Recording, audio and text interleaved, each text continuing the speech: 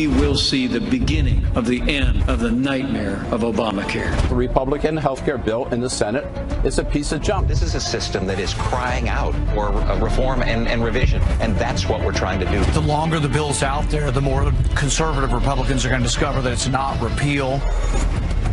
This is New Day with Chris Cuomo and Allison Camerata. Good morning, everyone. Welcome to your new day. Chris is off this morning. John Berman joins me. Great to have you here. Happy to be here. Excellent. A new poll shows President Trump's approval rating sliding to a record low. The ABC News Washington Post poll finds just 36% of Americans approve of the job Mr. Trump is doing. That's the lowest 6-month approval rating of any president in 7 decades. Mr. Trump unleashing a flurry of tweets defending his son's meeting with a Russian attorney and once again attacking the media and Hillary Clinton. This, as one of the president's biggest campaign promises, that to repeal and replace Obamacare, faces a new setback. The Senate has delayed a vote on the latest health care bill as Senator John McCain recovers from blood clot surgery. We have a big week ahead covering it all for you. Let's begin with CNN's Joe Johns live at the White House. Good morning, Joe.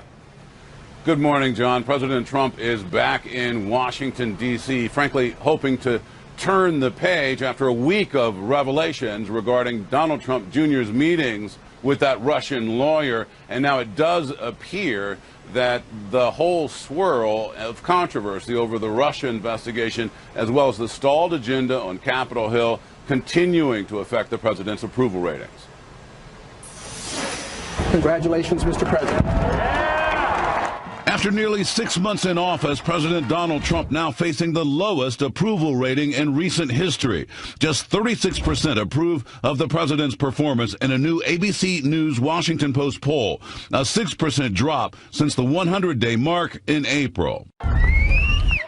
The president attempting to spin these results, claiming that almost 40% is not bad, and asserting that the poll was inaccurate during the election. The poll also showing that 63% of Americans think that the meeting between Trump Jr., Paul Manafort, and Jared Kushner and a Russian lawyer to get dirt on Hillary Clinton was inappropriate. Most people would have taken that meeting. It's called opposition research. The president once again focusing on his former rival in a Sunday morning tweet while defending his son, amid the latest revelations that at least 8 people attended the meeting, including a Russian-American lobbyist who served in the Soviet military. This despite Trump Jr.'s insistence that all of the details about the meeting have been disclosed. I don't think there's anything else. We've scoured it thoroughly just to be sure. He first said no such meeting ever happened, and then he said the meeting was about adoptions, and then he admitted the meeting was about getting information on Hillary Clinton, and that he wasn't forthcoming about who was in the meeting. So we can't accept anything Don Jr. says. One of the president's personal lawyers also coming to Trump Jr.'s defense during a PR blitz on the Sunday shows. Donald Trump Jr. himself said things should have been done differently. Having said that again, none of that is violation of the law. That's more process. While raising a possible defense of the meeting. If this was nefarious, why did the Secret Service allow these people in? The Secret Service pushing back, noting in a statement Donald Trump Jr. was not a protectee of the USSS in June 2016. Thus, we would not have screened anyone he was meeting with at the time. Not to be overlooked this morning, the Senate delaying its highly anticipated vote to repeal and replace the Obama health care plan because a key senator has a health issue of his own. Senator John McCain recovering from surgery. Also delayed the release of the CBO score, or the financial estimate, if you will, of the health care plan now on Capitol Hill. John and Allison, back to you. Okay, Joe, thanks so much. We should let everybody know that we will have Dr. Sanjay Gupta on our show later in the program to help us understand what Senator McCain is going through and what the prognosis is. Okay, let's bring in our panel now to discuss all of this. We have CNN political analyst John Avlon, associate editor and columnist for Real Clear Politics, A.B. Stoddard, and congressional reporter for The Washington Post, Karin Demersion. Great to see all of you. John, give us the historical perspective on this ABC News poll that finds President Trump at 36% approval. It is an unprecedented low in the history of polling. No president has been this low at the 6-month mark. The people closest are people like Gerald Ford. Major reason for that is he pardons Richard Nixon. I mean, that's the kind of contemporary political baggage that we're dealing with without an event like that. Bill Clinton also, and this may be the most instructive parallel, really it gets creamed in the public poll numbers, particularly hits as low at the 5-month mark. But he starts to make decided changes. He brings in David Gergen, fellow CNN analyst who had been a member of the Reagan administration, the Nixon administration, to come in and try to steady the ship with an idea of communications. He eventually subs out his chief of staff, Mac McClarty, his childhood friend, in favor of Leon Panetta. And that makes all the difference. So he took the poll numbers that were in rough shape because of a series of small scandals and redid the way his White House operated. And that made all the difference. Yeah, no sign yet that the Trump White House has changed at all. You know, and they face continuing disapproval over some of the Russia drip things that keep on coming out, AB. 63% of the polling say that the meeting with Donald Trump Jr. and these Russians, we don't know how many at this point, was inappropriate. And then there's another number, AB, that's really remarkable from the NBC News Wall Street Journal poll that looks at the counties that voted for President Obama in 2012 and flipped to vote for Donald Trump. Look at that. In those counties, Donald Trump now is at 44% approval, 51% disapproval. He's underwater. You're looking at key Trump voters here, voters that he really needs, and they may be starting to turn on him, maybe. Right. And so you see Republicans clinging to the Republican support percentages in these polls for Donald Trump and thinking they have more time because if their party turns on him, then they'll be forced to. But so far, as we always note, Trump has this super sturdy, resilient base of at least 35-38% who's going to stick with him no matter what. And then they want to be looking at Republican support. They prefer the high 80s. It's now getting into the low 80s, but you're not seeing the Republicans, overall breaking away from him. But the loss of support among independents and those soft Trump voters, the ones who voted for Obama and thought, well, it's a risk, but, this guy really sounds like he has a great plan. He's going to get to D.C. and knock heads. He's been a successful businessman. We're desperate for change. Hillary Clinton is the epitome of the incumbent, of establishment, and of the status quo. We have to move on here. Those are the ones where he's begun to bleed support. And remember, his numbers on Election Day in exit polls were pretty bad. He had very strong, high disapproval. And there was a strong majority the entire time in polling among voters, even who supported him on Election Day, who said he did not have the qualifications for the office and to serve as commander-in-chief. So as we look to the midterms, Republicans will be looking at that first number I mentioned, Republican support, but then they're going to be looking at that loss of independence, because where does that battle for the House next year, that 23-4 seat battle for Republicans to cling to the majority, where does it take place? In the districts that Hillary won or Trump won by 5% or less, not the strong districts where Trump is loved. It's the ones that are on the margins, and those are the ones they're worried about. So, Karin, it's hard not to think that all of these different Russia developments are impacting the president's approval rating, as well as the idea that because of those, he's not able to get to the agenda items that he had promised. So this weekend, there were more developments, and President Trump's personal attorney, Jay Sekulow, did the rounds on the Sunday morning shows, and he basically said, if everybody was going to be so bothered by these Russians or Russian Americans who met with Don Jr., why didn't the Secret Service flag it?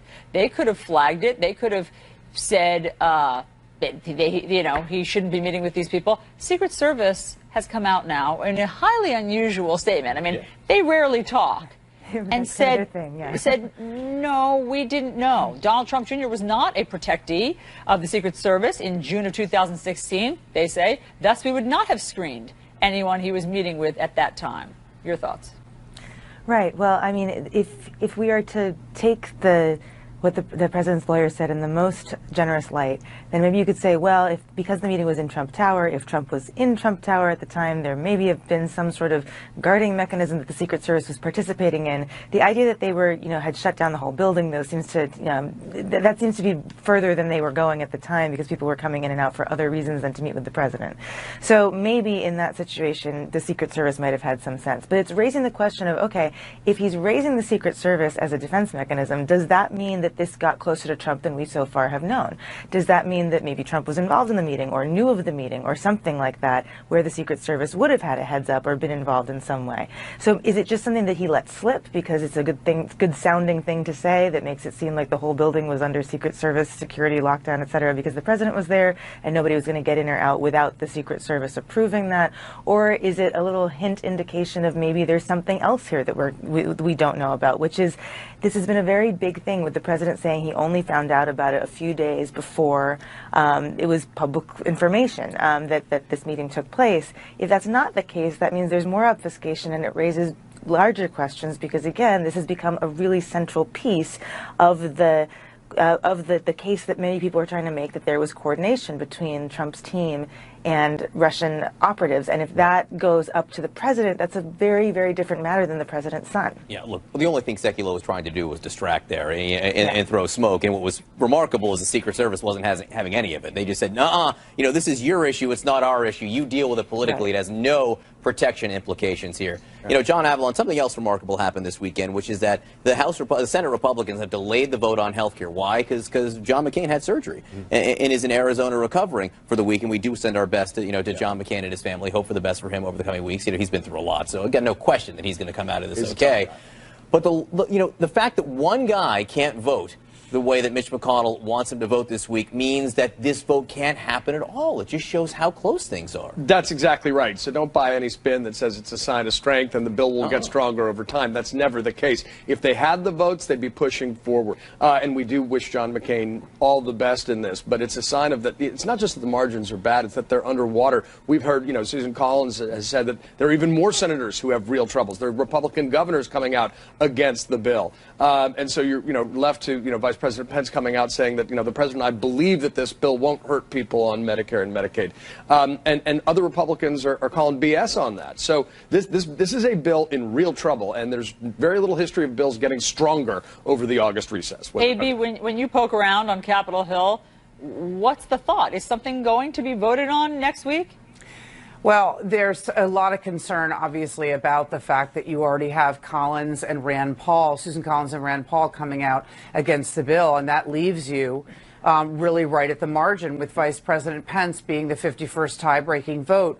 So, as John was saying, with Senator Collins raising the specter of another 7 people having concerns, most particularly Senator Heller in Nevada, with his governor, perhaps, he's made some comments that the bill is not good enough, bearing down on him, and then, of course, Governor Kasich in Ohio bearing down on Senator Portman. There's a bunch of people we can see voting against this bill. So they always think it's doomed until, they hope Mitch McConnell pulls that rabbit out of the hat they keep talking about. Look, for whatever reason, the CBO says it's not going to give its score today, which may have just been more tough news for Republicans trying to push this through. That's been delayed, so nothing's happening right now. Okay, guys, stick around. Some other news we want to tell you about. Search operations resume in central Arizona for a missing 27-year-old man swept away in this weekend's flash flooding. At least 9 people were killed, including 6 children. It is believed they were all taking part in a family outing in a swimming hole about 90 miles north of Phoenix on Saturday. Heavy rain triggered a mudslide. 4 family members were rescued. More than 7 million people cast their ballots in Venezuela in a symbolic rejection of President Nicolas Maduro's plan to rewrite the Constitution. That proposal sparking mounting tensions in a nation hit with months of violent anti-government protests. Meanwhile, 1 woman died as she waited to vote in the unofficial referendum on Sunday. Men on motorbikes fired at a group of people, killing her and injuring at least 3 others. All right, the driver of an SUV is in critical condition this morning after crashing onto the roof of a St. Louis home. Look at that. How did that happen? I will tell you. Oh, good. Witnesses say the driver was speeding as he approached the intersection in front of the house. Yeah. The SUV went up an embankment and then apparently went airborne.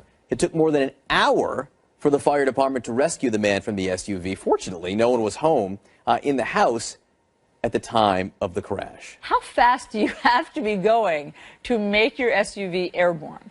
That's crazy. That's just crazy. Does it make it a 3-car garage now? Oh, my God. That's crazy. I'm glad there was okay. Me too. Meanwhile, he testified behind closed doors, and now a former Trump campaign advisor is talking to us. What he told the House Intel Committee about the Trump campaign and Russia next. New Day is... President Trump defends his son as new details surface about that meeting at Trump Tower with a Russian lawyer and her associates. One former Trump campaign official, Michael Caputo, testified on Friday before the House Intelligence Committee about what he knows, and the president praised him in a tweet saying thank you to former campaign advisor Michael Caputo for saying so powerfully that there was no Russian collusion in our winning campaign. Former Trump campaign director Michael Caputo joins us now. Good morning, Michael. Good morning. How are you? I'm doing well. So you testified for 4 hours behind closed doors to the House Intel Committee. Can you tell us what they wanted to know and what you told them? Well, it would seem to me in a lot of ways, and I think my attorney, who's a veteran prosecutor, that this is a fishing expedition to some degree. I mean, there were some very directed, very well-researched questions, and they asked me a lot about individuals going through name after name after name.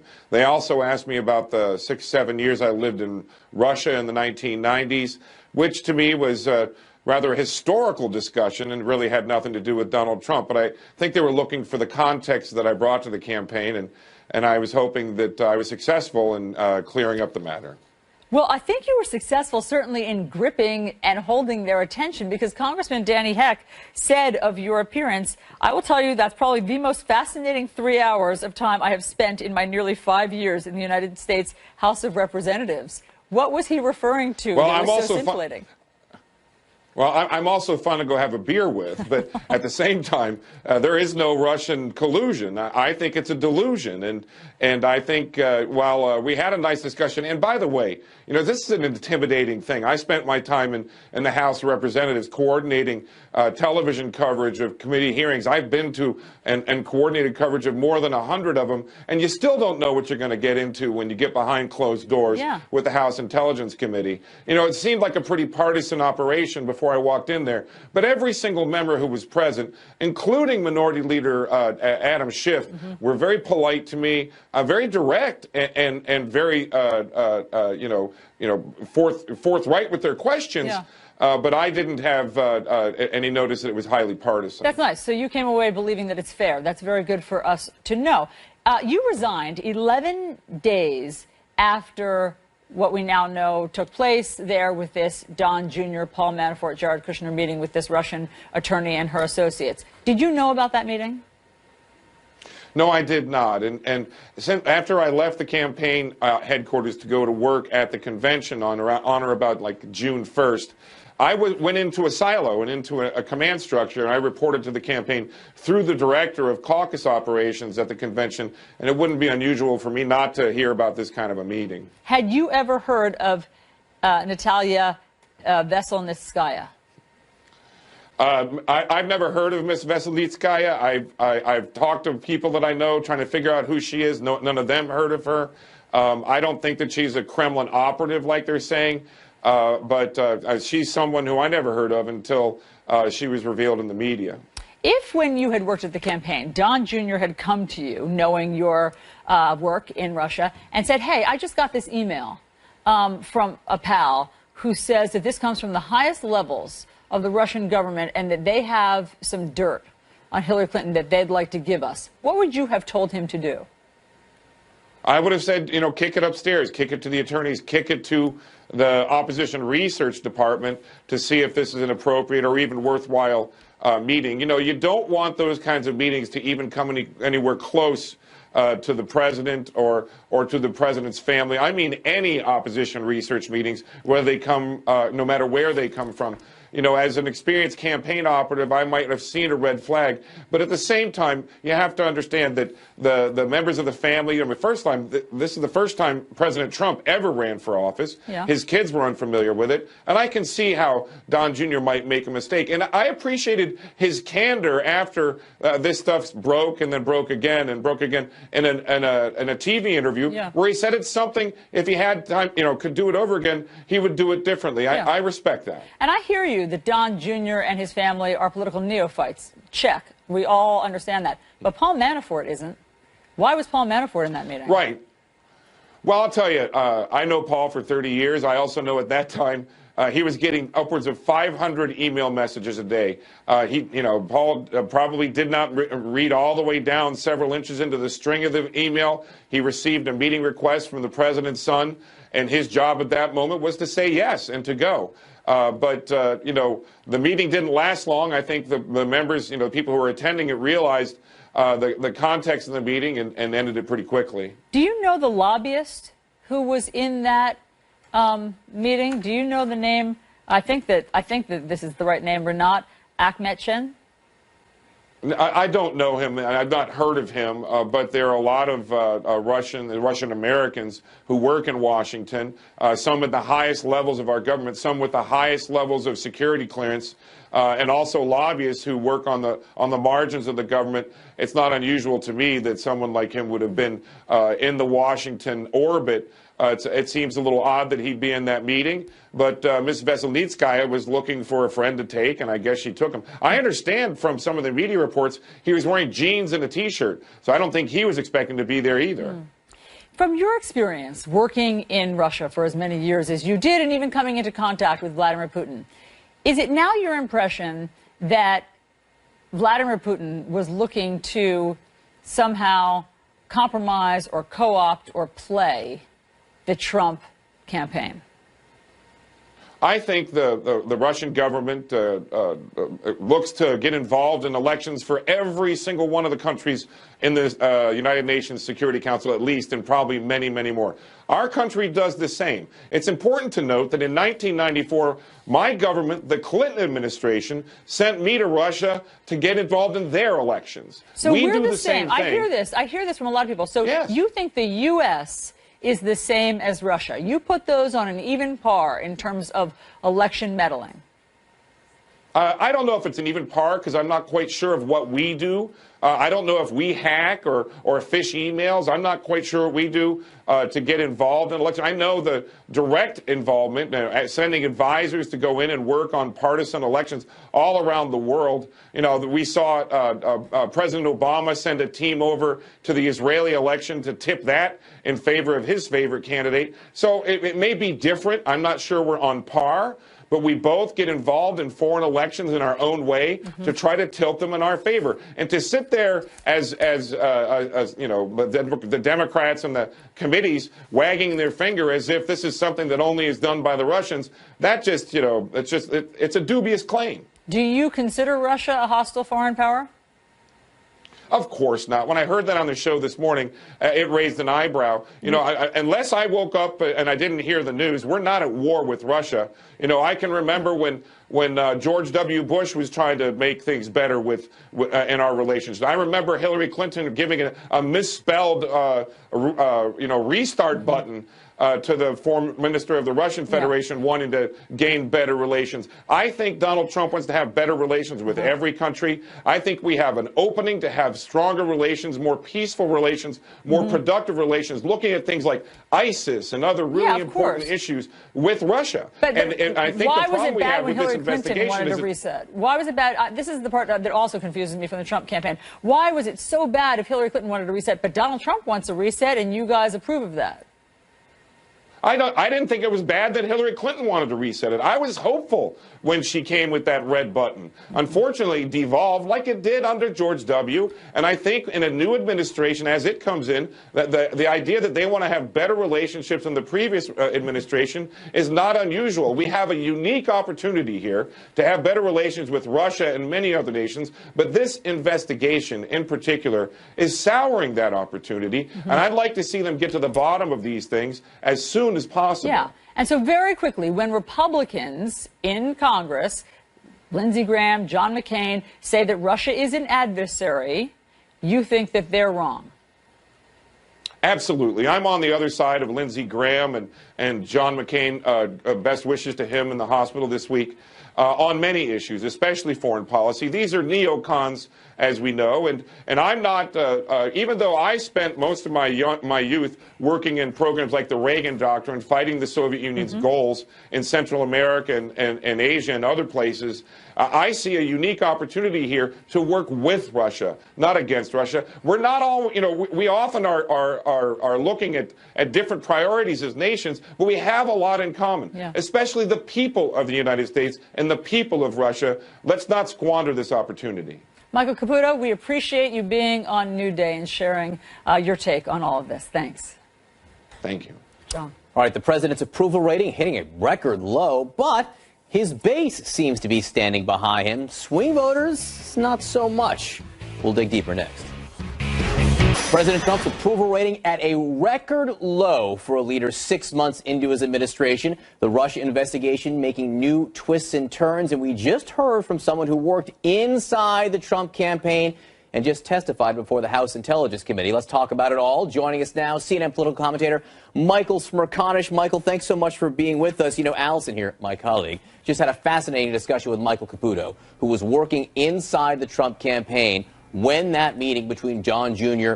and the number of Russians took place. And he said, you know what? You know, Don Jr., he didn't know any better. He admits now he made a mistake, but he didn't know that there was anything sketchy going on there, and he appreciates his transparency now. Is that a fair assessment of that meeting from more than a year ago? No. What I found significant about that line of questioning, and I'm so glad you're giving me the chance to say this, is that the response that he offered relative to Paul Manafort's participation was to say, well, Paul was then receiving 500 emails a day. And I was sitting here watching it, and I was saying to myself, all the more reason why, if it were really about adoption, it didn't warrant his attention. It didn't warrant his time. It always struck me as not passing the smell test, that you would have the triumvirate of Trump Jr., Manafort, and Kushner all there if it really were to talk about adoption. No, because but they Michael, had let's bigger fish remember, to fry. what they were offered was dirt. Okay, so they thought they were going to get dirt on Hillary Clinton. The adoption thing only came up when Don Jr. tried to, in public, justify what that meeting was about. That was a contrived Allison, answer. I have the emails. I have the emails right here. I know exactly of what you're speaking. They were offered high-level and sensitive information that would incriminate Hillary and that came with the support of the Russian government. I'm just trying to say that there was no credibility to the defense that was initially offered. Right. Paul Manafort was there because they were promised dirt, not because they were there to talk about adoption. Yeah, if he's getting 500 emails a day, why does he show up to this meeting unless he thinks it's a big... He does exactly. He does think it's exactly. Juicy, right. But Michael, one more thing, because this keeps coming up in the voter panels that I do. I keep hearing just what Michael Caputo just said, which is, you know what? The U.S. meddles all the time in other countries' elections, too. There's no difference between what Russia tried to do and what the U.S. does. What's your thinking on that? I happen to have had a guest on my program on Saturday, an academic named Dov Levin. He's from Carnegie Mellon University in Pittsburgh, who has documented that on 61 occasions in 80 different nations from the post-World War II era through 2000, we have been involved, not in computer hacking, but in trying to determine the outcome of elections. Now, is there a moral equivalence between us supportive of a pro-democracy force when the opposition was communism? I mean, that's subject to debate. Right. But I think it's a fair point that we don't entirely have clean hands. Yeah, but it also doesn't mean you want to invite other countries into your election. This is not a one-sided thing. Not. So, Michael, a new poll out just moments ago from ABC News has got some numbers that I think you will find particularly interesting. 67% of those polled in the ABC News poll. That's not what the number we're showing there. There we go. 67% say they disapprove of the president's use of Twitter. 65% of those polled, when asked to associate it with a certain word, believed, well, 68% say inappropriate, 65% say it's insulting, 52% say it's dangerous. So the people in this ABC News poll, they don't like what the president is doing with social media, Michael. Okay, so, John, I might be in the majority of each of those three statistics, but the fact is, if you look at that Washington Post ABC survey, it's effective. He's successful. If you want to know why, the base is hanging with him. The base is not budging. Independents are, but the base is hardcore. It's because they are being fed on those Twitter lines. So a majority of Americans might find them offensive, might find them unpresidential, might wish that he should stop. But so long as he continues to reach the now 36% who are supporting him, that's his lifeline to them. And by the way, every time he bashes fake news, the mainstream media, CNN, et cetera, that's what those folks want to hear, as distressing as that might be. Well, Michael, stick around, because coming up, I have another one of the Trump voter panels, and they echo exactly what you just said. They love his Twitter feed, and they will explain why they have such a passion for it. Michael, thank you very much. Great to get your take on this. See you guys. Okay, so the fate of health care in Washington now rests on the health of veteran Senator John McCain. He's recovering from surgery this morning. What is his condition? What do we expect for his recovery? Dr. Sanjay Gupta tells us next.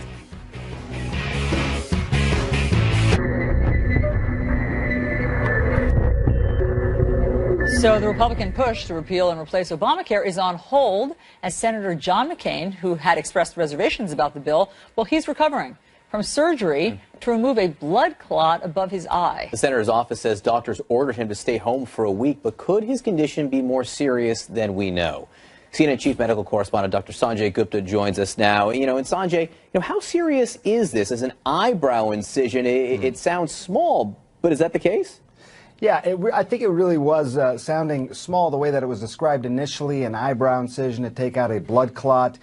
What the hospital released on Friday, to give a little bit more definition to what happened here, it was an eyebrow incision, which typically is done to try and hide the scar. But after that, it was the skin was open, and then actually the bone underneath there, you can feel the bone right underneath your eyebrow, was also opened. That's called a craniotomy, and that's to basically gain access to the brain. Let me just show you quickly here. I have a model. This is a model of the skull. It was over the left eye there, so it was in this area. And again, this bone was removed to basically get access to the brain. And you can see, this is the frontal lobe of the brain. It would be in this area right around here that they'd actually be able to gain access. It's a significant operation. Anytime you're basically opening the bone to gain access to the brain, it's a significant operation, requires general anesthesia. There was obviously an abnormality there that was concerning enough for him to go through this, for the doctors to recommend that. So we don't know for sure.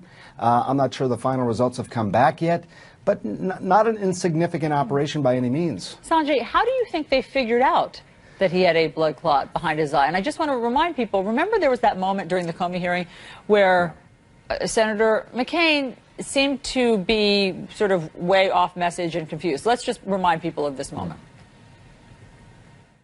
That investigation was going on. This investigation is going on. You reach separate conclusions. No, that one was done. You're going to have to help me out here. In other words, we're complete. The investigation of anything that former Secretary Clinton had to do with the campaign is over, and we don't have to worry about it anymore? With respect to Secretary, I'm a little confused, Senator. Okay, so is there some sort of connection that you as a doctor would draw between his condition and that moment? It's tough to draw a cause and effect there. When someone has a pressure on the frontal lobe of the brain, there can be all sorts of things. Typically, people may have headache. Sometimes they can develop some weakness on the other side. It can affect your judgment, but it's hard to say. I will tell you that they say that the abnormality, I'm going to call it an abnormality versus a blood clot, because we still don't know for sure what this is. It was about 5 centimeters in size, which again is pretty sizable. If you sort of think about the brain, and this is not obviously an exact replica, but it's a pretty significant size there of compression, if you will, on that part of the brain. What is concerning, I think, a little bit is that he has a pretty significant history of melanoma, including melanoma in his left temple, this area right here, that was invasive. That was back in 2000. As a result of that, you usually have frequent screenings to make sure, look, is there any evidence of spread? Is there any concern here? What the hospital said is that this was found on a routine scan. So it didn't make it sound like he went in for a particular reason, but it was a planned routine scan for follow-up, and most likely because of the melanoma. Sanjay, they say 1 week. Does that sound like enough time to recover to you? It sounds a little short. I'll be honest. Again, I would not minimize this operation. People can recover quickly. He's 80 years old. This is a pretty big operation. If it were one of my patients, you'd say at least a couple of weeks typically before you'd have the person sort of, back to their regular activities of daily living. Okay, Sanjay, thank you very much for explaining all of this. Obviously, we're thinking of Senator McCain and wishing him the best right now. So President Trump's approval rating hits a record low in this new poll. Are his supporters standing by his side? We'll speak to one of our panel of Trump voters. They're from all over the country. They have a lot to say about him next.